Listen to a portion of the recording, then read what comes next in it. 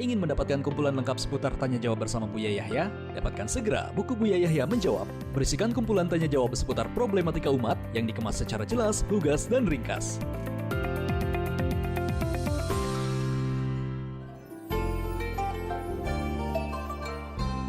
Baik, Bu ya, subhanallah, Bu ya. Dan masih berkaitan dengan masalah tadi hubungan di luar nikah, Bu ya. Ini satu permasalahan gitu, Bu ya.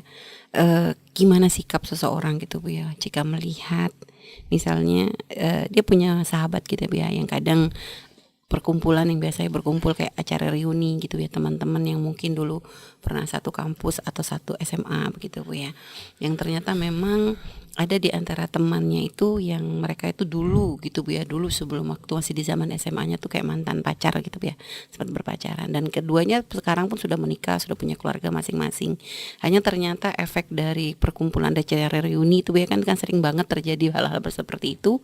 Ternyata kok kembali lagi, padahal dua-duanya sudah punya suami, sudah punya istri gitu, Bu ya.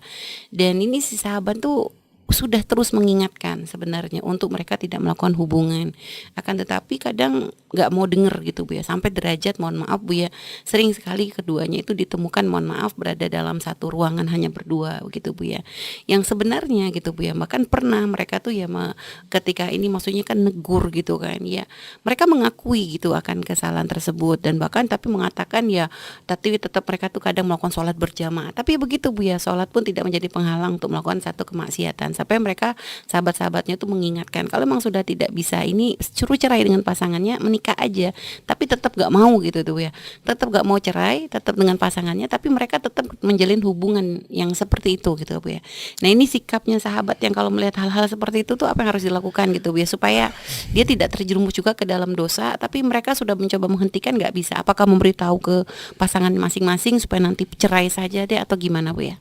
Baik, yang pertama adalah harus ada ketegasan dari kita. Sikap yakni longgar kita, membiarkan di awal membiarkan dari awal itu juga menjadikan mereka semakin berani, sehingga bisa jadi kita pemicunya. Kalau dari awal kita sudah mengingkari, mungkin dia sudah merasa tidak enak. Kalau sudah tidak enak, berarti mungkin hubungan juga mudah. Tapi di saat kita pun membiarkan, akhirnya merasa nyaman dia. Apalagi bertemu di rumahnya, naudzubillah, di ruangan dan sebagainya. Lalu didiamkan saja, berarti menganggap ini biasa saja. Berarti kita memicu dong, kita ikut bagian daripada dosa. Maka kita harus tegas dong. Kalau keharaman, katakan haram. Ya akhi, ya ukhti, saya tidak mau kena musibah bersama-sama. Saya tidak mau, mohon maaf, bukan saya tidak cinta kepadamu. Akan tapi karena perilakumu itu sangat bertentangan dengan hati nurani dan syariat, maka Anda jangan kesini, mohon maaf. Sudah, jangan urusan dengan saya. Harus berani begitu dong. Kalau kita tidak berani begitu, berarti kita sudah bukan karena Allah lagi hubungan dengan dia. Ini Batasan ketegasan kita, Bu ya, maksudnya apakah kita sampai menghajar putus hubungan? Ya kalau atau memang seperti itu, ancaman dulu dong. Ancaman dulu, banyak peringatan buat dia. Kalau kita sudah mengingatkan, tidak didengar, sudah, saya tidak mau, karena saya takut dosa. Apalagi kadang mungkin di rumahnya, katanya tadi, melihatnya di mana kalau bukan di rumah? Atau menjadi kebiasaan. Kalau ngelihat, apalagi ngelihat semacam itu, harus ada ingkar. Ini dosa besar kan. Kalau kita tidak ingkar, naudzubillah, tidak ingkar dengan dosa semacam itu, kita mendapatkan dosa. Baik, ini yang pertama. Kemudian yang kedua, tidak perlu kita langsung buru-buru memberitahu kepada pasangannya, takut kita menghancurkan. Kalau memang sudah mentok, nasihat sudah nggak berjalan lagi, sudah berusaha sekali, 2 kali, 3 kali, ya perlu kadang-kadang semacam itu. Karena bisa saja biar cerai lalu naudzubillah, biar selesai kalau memang orangnya memang tidak pantas dihormati. Yang ketiga, memang subhanallah, kita juga menemukan ada orang sudah 63 tahun ya, gara-gara reuni itu subhanallah, ninggalkan cucunya. Karena memang sebetulnya dia masih ingat waktu berpacaran di SMP itu kan no problem, saling tidak memberi nafkah, bertemunya pun hanya waktu di sekolah, harinya malam minggu, kemudian berjalan dan sebagainya, sehingga tidak punya beban kewajiban. Sementara dengan suaminya yang sudah jadi kakek-kakek, dia punya bermacam-macam masalah. Di samping ada keindahan di balik itu semuanya. Memang kadang-kadang itulah yang sering disebut ya, cinta lama itu yang bersemi kembali. Itu kan karena sebenarnya khayalan-khayalan tentang permasalahan keindahan pada masa dulu yang seolah-olah no problem. Memang kalau orang berpacaran tingkat SMP kan no problem mereka. Mereka tidak ada beban nafkah, tidak ada ini, hanya senang-senang saja. berdebar-debar dan sebagainya itu. Nah, ini makanya sebenarnya sangat berbahaya tentang reuni-reuni kalau tidak diwaspadai yang demikian itu. Dan jangan mengentengkan, biarpun sudah nenek-nenek, ini kenyataan dan kita melihat. Sampai cucu-cucunya sendiri itu ngadu kepada kita. Alhamdulillah. Ngadu cucu-cucunya itu ngadu bagaimana. Nah, ya sudah kalau nggak bisa ya biarkan saja. Akhirnya pergi meninggalkan sudah.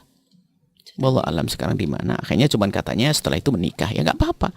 Biar menikah jadi istri keberapa saja yang penting daripada melakukan kehinaan, keharaman. Karena memang itu loh anehnya sudah punya cucu, ternyata berontak. Bagaimana kan unik sekali. Jadi nggak pandang kalau urusan iblis, hawa nafsu dan syaitan itu kalau sudah menggoda sudah nggak pandang, sudah 63 sudah menopos sudah. Nah, tapi ya mereka menikmati senang-senang kisah masa dulu, inget-inget. Nah, seperti itu. Nah, hati-hati maka dari itu. Reuni-reuni adalah kalau tidak menjadi ajang silaturahmi yang sesungguhnya, maka khawatir akan menyambung ke sesuatu yang seharusnya tidak boleh disambung. Gitu, seperti Terus cara bertobatnya gimana Bu untuk sahabat yang tadi melihat seperti itu, mungkin dia kurang tegas atau gimana? Hari ini dia harus berani mengucapkan yang demikian itu. Mohon maaf selama ini aku saksikan dan aku takut dimurkai oleh Allah. Maka ini sebagai saksi saya akan tulis surat ini. Semoga Allah dan Allah melihat ini semuanya agar saya di akhirat tidak punya ini. Selesai. Assalamualaikum dan jangan menghubungi saya lagi kalau masih keadaanmu semacam itu. Kenapa? Saya takut dosa. Bukan saya tidak cinta kepadamu, tapi dengan keadaanmu semacam itu aku akan ditanya oleh Allah. Selesai. Assalamualaikum. Jadi gitu Bu ya. Ya harus keras dong. Baik, Justru Bu. ketidaktegasan kita itu menjadikan kejahatan semakin terjadi. Alhamdulillah, Bu ya. Baik Bu ya, subhanallah Bu ya. Terima kasih Bu ya.